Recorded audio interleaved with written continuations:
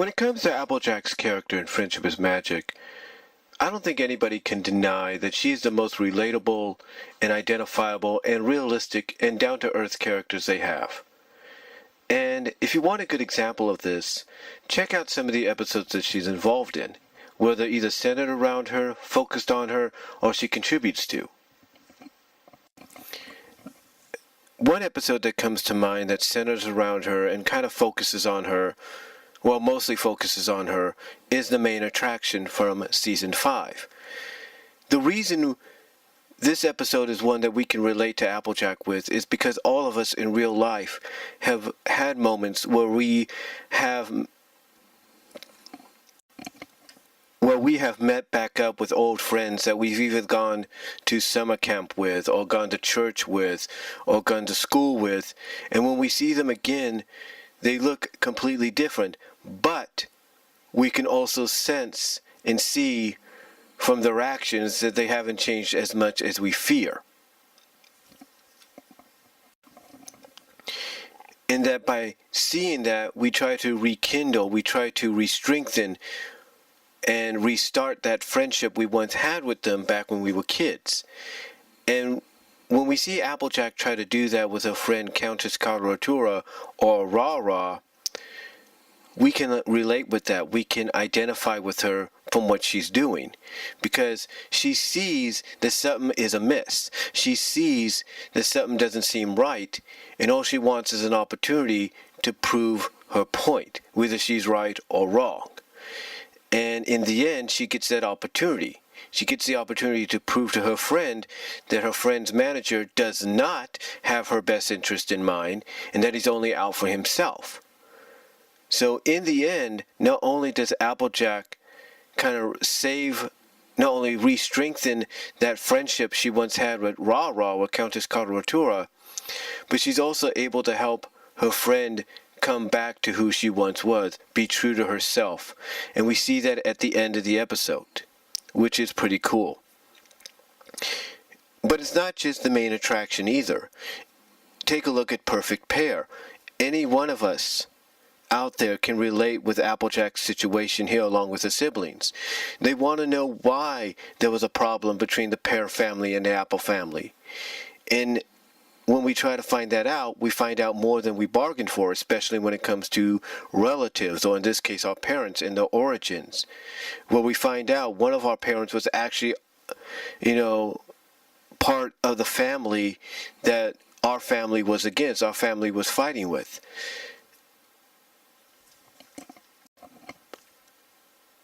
And like I said, we can identify with the reactions that AppleJack and her siblings would have when they would find out these revelations.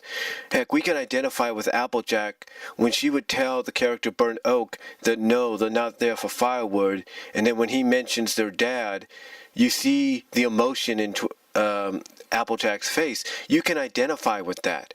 You can identify with that moment right there, because you want to know more about your father that, unfortunately in their case, has passed away, along with their mom. But it's not just moments, but the thing is, Perfect Pair is not just the only episode that we can identify with AppleJack in these kind of scenarios. Because, yes, what AppleJack says at the end by saying it doesn't matter what we are going to be facing in the future, as a family, we can get through it. We can understand that. We can relate with that. But it's also her contributions. Her contributions, like in episodes like Horseplay, where she basically tells Twilight flat out, don't let your pride get in the way of you telling to be honest with your mentor, and that being Celestia. Be honest with her. Tell her her acting is not as good as it should be. That maybe you should find another area where she can contribute. And even Celestia brings this up. And Twilight acknowledges, I should have listened, and because I didn't, I ruined your once anniversary celebration. You see, it's moments like that even though she wasn't a central part, she contributed in a major way by basically trying to get Twilight to come out and admit the truth. But it's not just episodes like that either. You take a look at some earlier episodes, and some episodes that fans may have not been fans of. Like the episode in season 2 where she goes off to a rodeo but almost never comes back because she doesn't want to come back a loser. And it's only until her friends bring her home or talk to her that she understands that, yeah, you're right. It doesn't matter what other ponies think. If I believe I'm good at what I do, and if you believe that I'm good at what I do, that's all that matters. And then also there's the episode of Where the Apple Lies, or When the Apple Lies. We will find out that AppleJack's not as honest as, a lot of fans and even characters in the show thought she was, not even her sister. Because we find out that in the flashback that when AppleJack was an adolescent, a teenager, she said a major lie to Filthy Rich about a business about doing a business deal along with the Apple family because she wouldn't let her because she let her pride overcloud her judgment. And it wasn't until her brother nearly got decapitated from his leg or his arm that she finally admitted the truth and took responsibility. So we can understand that, maybe not through the whole nearly having a relative, decapitated kind of deal, but we can understand that when push finally comes to shove, that we have no choice but to own up to our responsibilities and own up to the lies that we have contributed. And also, in the end, it shows, even in present day, that we're not as perfect at our trait that's related to us or identified with us as much as others may think we are.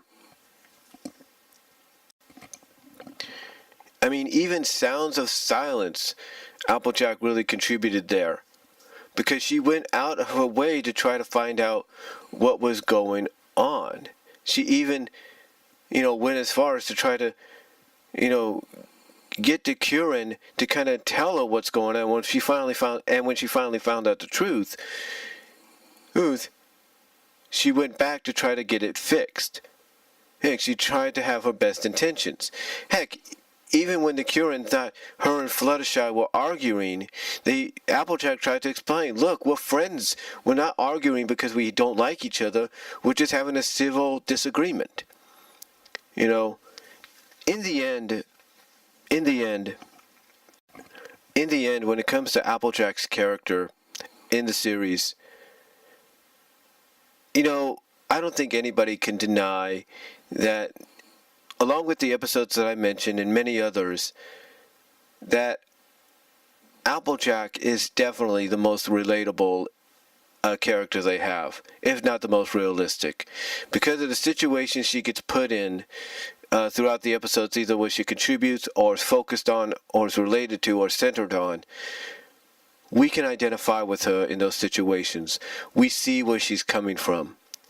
We understand and feel sometimes her emotions. And that's all I can really say. Because to me, anything I've mentioned, and I'm sure anybody else would like to mention if you want to, this is what makes AppleJack, in my opinion, when you look back at the series when it's all said and done, this is what makes AppleJack the most relatable and realistic, down-to-earth character Friendship is Magic has to offer. And I know I sound like I repeated myself there throughout, and I do apologize, but you cannot deny that. You cannot deny that AppleJack is exactly what I said. So, let me know what you guys think down below. Comment if you like. I'd love to hear what you guys have to say about it, and I'll talk to y'all later.